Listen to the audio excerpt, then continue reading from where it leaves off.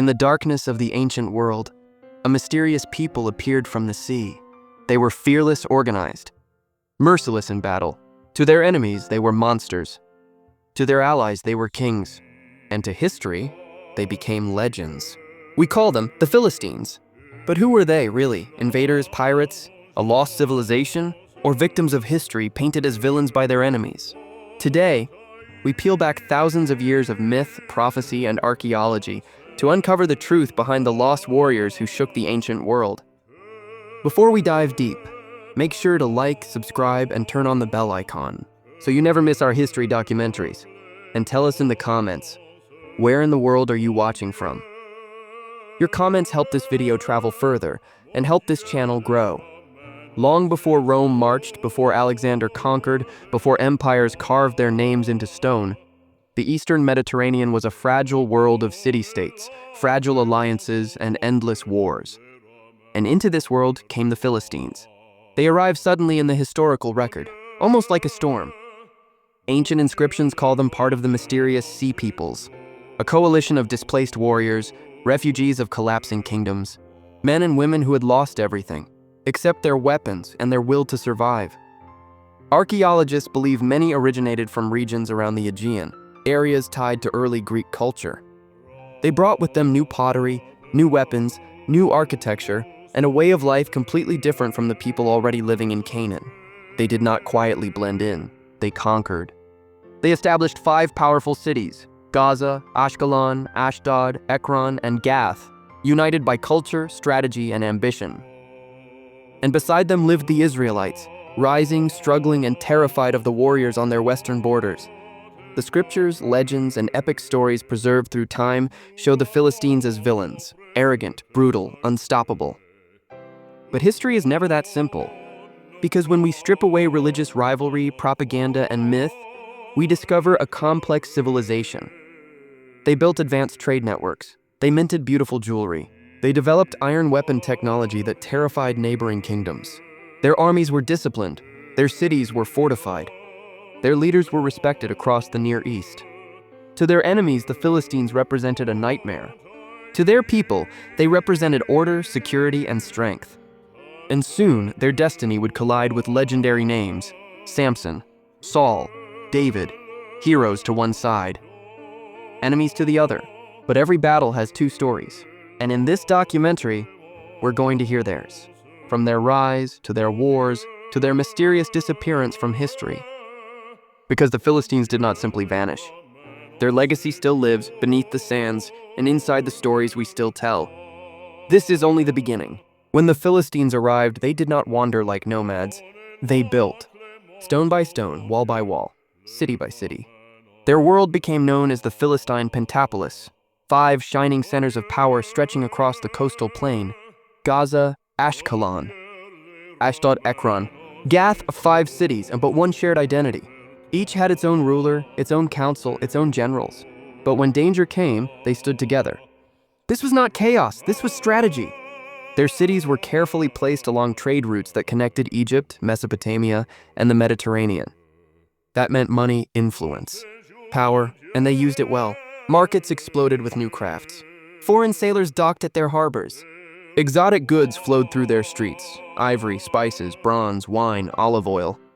Archaeologists digging through Philistine ruins discovered something surprising. They lived with style. Decorated pottery, painted with swirling designs inspired by the Aegean world. Elegant houses filled with storage jars and imported goods. Music instruments, lyres and flutes, whispering of festivals and celebrations. The Philistines were not savages. They were builders of culture. But every civilization has its shadow. To expand, they needed land, and land was already occupied. Their farms pushed east, their armies pushed further. And there, they collided with a growing rival, the Israelites. These 2 peoples lived side by side, but never comfortably. Different languages, different gods, different worldviews. The Philistines worshipped powerful deities like Dagon, associated with grain and fertility, symbols of life, harvest, and survival. Their temples were vast, with towering pillars and sacred spaces that reminded the people who gave them prosperity. To Canaanites, those temples represented idolatry. To the Philistines, they represented hope. Tension turned into raids, raids turned into battles, battles turned into legendary conflicts. And this is where myth, religion, and history begin to blend. Stories tell of a strong man named Samson, a lone warrior who struck terror into Philistine hearts. Whether every detail is literal or symbolic, one thing is clear. The Philistines saw Canaanites as a thorn in their side, and Canaanites saw the Philistines as an existential threat. The clash of cultures had begun, and neither side would back down. Meanwhile, inside Philistine cities, life continued. Children played in courtyards. Women baked bread in clay ovens. Merchants haggled in bustling markets. Warriors trained, always ready. Because along the coast of the ancient world, one rule never changed. Only the strong survive. And the Philistines intended to survive. Yet, even as they rose to power, cracks were forming beneath the surface. Rival kings outside Philistia watched with jealousy. Internal politics created tension between the 5 cities. Ambition, the same force that built their empire, threatened to divide it. And when a new leader would rise among the Canaanites, a shepherd boy destined for kingship, the balance of power would shift forever. His name was David, and the Philistines were about to meet him on the battlefield. Not as faceless villains, but as seasoned warriors protecting everything they had built. History remembers one version of that story. But to understand the truth, we must stand on both sides of the battlefield. The next chapter will take us into the heart of war: strategy, betrayal, victories, and devastating losses. The Philistines were about to face legends, and legends always come with a price. War was no longer a rumor. It thundered across the hills. On one side stood the Canaanites, fearful, divided, uncertain. On the other, the Philistines, drilled, disciplined, confident. They gathered in the valley of Elah, a place that would echo through history. Philistine soldiers formed ranks with precision. Shields overlapped, spears locked forward. Iron helmets glinted beneath the sun. And at the front stood their champion, a warrior whose name still shakes the world, Goliath of Gath. He was not simply a monster, as legends later painted him. He was a veteran, a professional soldier, trained since childhood. Honored by his people, trusted by his commanders. To the Philistines, he was courage given flesh. To the Canaanites, he was terror. For 40 days, he challenged them. Send out your greatest warrior. Let him face me. Winner takes the victory. No one moved, and then something unexpected happened. A shepherd boy walked onto the field. Not armored, not trained, not part of the army. Just a sling and faith. His name was David. The world already knows the end of that duel. The stone, the fall, the death of Goliath. What history rarely shows is the other side. The shock in Philistine ranks. The grief of soldiers losing a hero. The chaos as fear rippled through disciplined lines. They did not flee because their hearts were weak. They fled because morale shattered. A symbol had fallen, and when symbols fall, armies collapse. That defeat became the opening crack in Philistine power. But it was not the end. Because great civilizations do not vanish after one loss. They regrouped, they rearmed, they adapted, and ironically, David himself would later serve among Philistine rulers, seeking refuge while fleeing the jealous King Saul. Enemies became temporary allies. History is never as simple as good versus evil. It is survival. Decisions, consequences. David learned Philistine tactics, their discipline, their weapon craft, their military intelligence. And when he eventually became king of Canaan, he used everything he learned. Campaign after campaign, he pushed the Philistines back. Fortresses fell. Commanders were captured. Trade routes slipped from Philistine control. Their iron monopoly broke, their alliances weakened. Yet even then, they refused to disappear. Philistine cities still pulsed with life. Markets still opened, ships still sailed. But slowly, quietly, power was draining away. Other empires were rising: Assyria, Babylon, Egypt, once again reaching for dominance. Against forces like these, even the bravest warriors struggled. The Philistines could fight Canaanites. They could fight local rivals. But world empires, that was different. The tide of history had begun to turn. And as centuries rolled forward, their once mighty name, feared across the coastline, would grow quieter. Not gone, just fading. Archaeologists today tell us their bloodlines likely blended with neighboring peoples. Their culture spread, mixed, transformed. They did not vanish like ghosts. They became part of the region's future. But before that final chapter unfolded, They would endure sieges, betrayals, burning cities, and the slow erosion of everything they built. Their story is not only about defeat, it is about resilience, and about how even the strongest civilizations can be swallowed by time. In the next part, we step into the era when empires arrived, with armies larger than anything the Philistines had ever faced, and the sands of history would begin to close over their name. For generations, the Philistines had fought neighbors, kings, and rivals, and survived. But now, the horizon darkened. The enemies approaching were not tribes.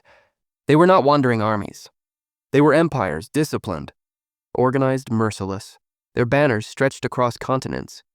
And the first storm came from the north, Assyria. The Assyrians didn't negotiate. They conquered, and carved their victories into stone for the world to fear. Their soldiers marched in tight formations. Their commanders mastered siege warfare. Their kings believed themselves chosen by the gods to rule the earth. When they looked toward the coast, they saw opportunity, ports, trade, wealth, and the Philistines stood in the way. Philistine kings tried to balance survival with pride. Some paid tribute, gold, grain, soldiers, hoping to buy peace. Others rebelled, believing allies would rise to support them. But rebellion against Assyria came with a price. Cities that resisted were surrounded. Walls shattered under battering rams. Flames swallowed homes, temples, and markets. Archaeologists still find layers of ash in Philistine cities, silent witnesses to the terror of those days. Yet even then, the Philistines endured. They rebuilt, they reorganized. They kept trading, kept farming, kept living. Because that is what civilizations do when history presses against them. They hold on. But Assyria would eventually fall, crushed beneath its own weight and new rivals. And from the ruins rose another power, Babylon. Where Assyria had been brutal, Babylon was patient and calculating. Their armies swept through the region like a tide. And once again, the Philistines stood in the middle, caught between rising superpowers and their own survival. Babylonian records speak of cities subdued, governors replaced, populations relocated. Philistine independence shrank. Their kings became vassals. Their armies reduced. Their identity slowly woven into the expanding fabric of empire. And then, another conqueror stepped onto the stage of history, Persia. Under Cyrus the Great, Persia did something unexpected. Instead of destroying cultures, they allowed many to live, worship, and govern themselves, as long as they paid loyalty and taxes. For a time, Philistine cities breathed again. Trade revived, streets filled with merchants. Life returned to something that felt normal. But history rarely moves backward.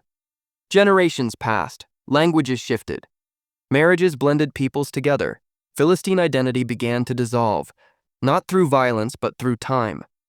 By the era of Alexander the Great, the Mediterranean world had changed so completely that the name Philistine was slowly slipping into memory. Their cities remained, their descendants lived on. But the culture that once defined them, the fierce sea warriors, the iron masters, the coastal lords, was fading. This is the quiet tragedy of history. Most civilizations do not end with a final battle. They end with silence, a new language here, a new ruler there. Customs replaced, myths rewritten, names forgotten, and all that remains are fragments, pottery, weapons, inscriptions, bones. From those fragments we try to listen, we try to understand. The Philistines were never simply villains in someone else's holy story. They were humans who dreamed, fought, loved, feared, and struggled, just like us. Their end was not a punishment. It was the natural tide of civilization, the way the world changes, replacing what came before. But the final chapter of their story still holds surprises. Because modern science, DNA studies, and archaeology is now rewriting what we thought we knew about who the Philistines really were. And that discovery may change everything. For centuries, everything we thought we knew about the Philistines came from their enemies. Texts described them as brutal invaders. Stories painted them as villains chosen for defeat. But history has a rule: never trust a single storyteller. So archaeologists went digging, literally. And beneath the sands of ancient ports and ruined cities, the Philistines began to speak for themselves. When excavations began in places like Ashkelon, Ekron, and Gath, researchers didn't find chaos. They found civilization, streets carefully planned, workshops for metal and pottery, storage rooms filled with grain and olive oil, beautiful imported goods from Cyprus, Crete, and the wider Mediterranean. And then something astonishing. Burial sites. For years, scholars had debated how the Philistines buried their dead. Many believed their customs vanished completely. But in Ashkelon, archaeologists uncovered a rare Philistine cemetery. Inside, they discovered necklaces, rings, perfume bottles, weapons placed beside warriors, bodies arranged with care, not dumped like enemies but honored like family. This was not the picture of savages. This was the picture of a people with identity, ritual, and love for their dead. Then came science. Genetic testing revealed something incredible.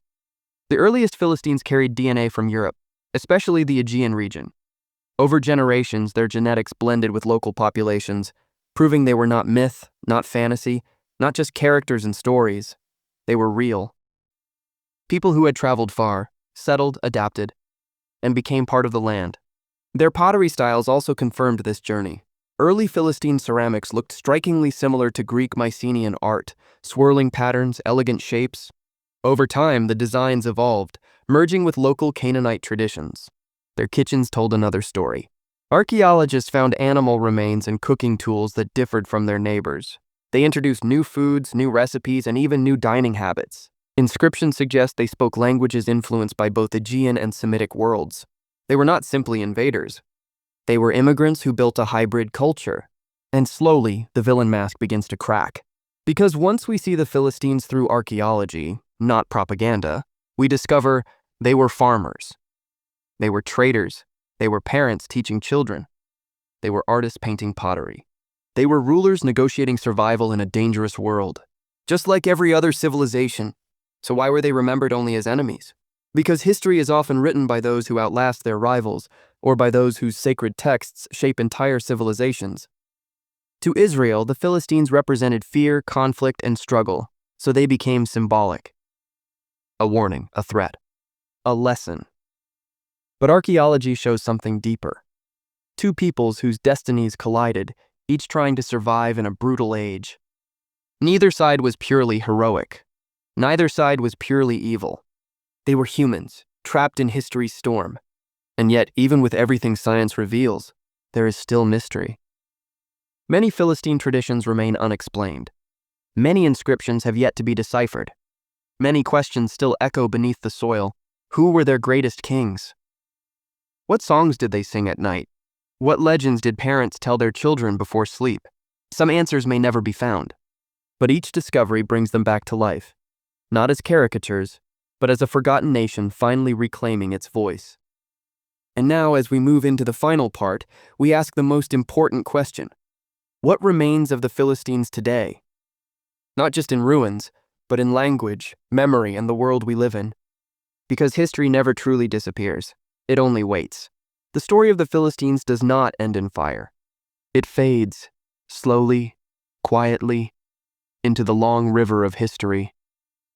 Their walls crumble. Their cities are rebuilt again and again by new rulers.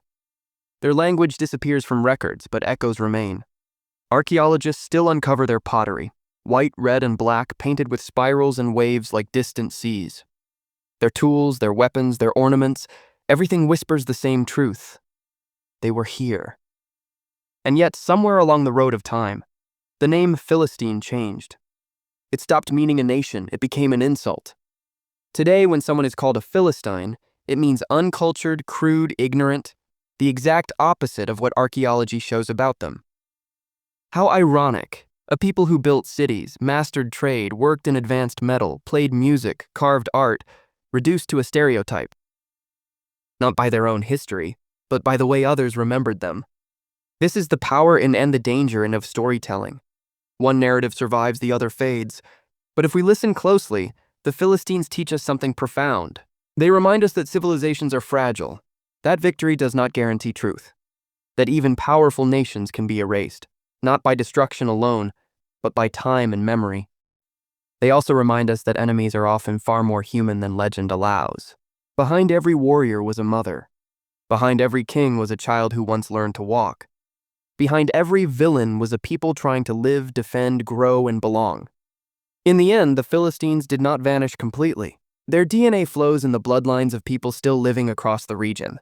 Their cities, Gaza, Ashkelon, Ashdod, Ekron, and Gath, continue to exist in different forms, built and rebuilt through centuries. Their legacy survives in archaeological museums, research papers, documentaries like this, and in the questions we continue to ask. Who were they really? What parts of their story remain buried? What lessons do they leave for us? Perhaps the greatest lesson is this: history is not about heroes and villains. History is about people, people who rise, people who fall, people whose names the world forgets, even though they once shaped everything around them. As we close this journey, imagine standing on the shore of the Mediterranean at sunset. The waves crash softly. The wind carries the smell of salt and distant memories. Once Philistine ships ruled these waters. Once armies marched across these plains. Once children laughed in streets now buried beneath sand. Time moved on. But if you listen carefully, you can almost hear their footsteps, not ghosts. Not legends, just humans, like us, swallowed by history, yet never fully gone. If you enjoyed this journey into the forgotten world of the Philistines, like the video, subscribe to the channel, turn on notifications. Because there are still countless stories waiting beneath the sands of history. And don't forget to comment, where in the world are you watching from?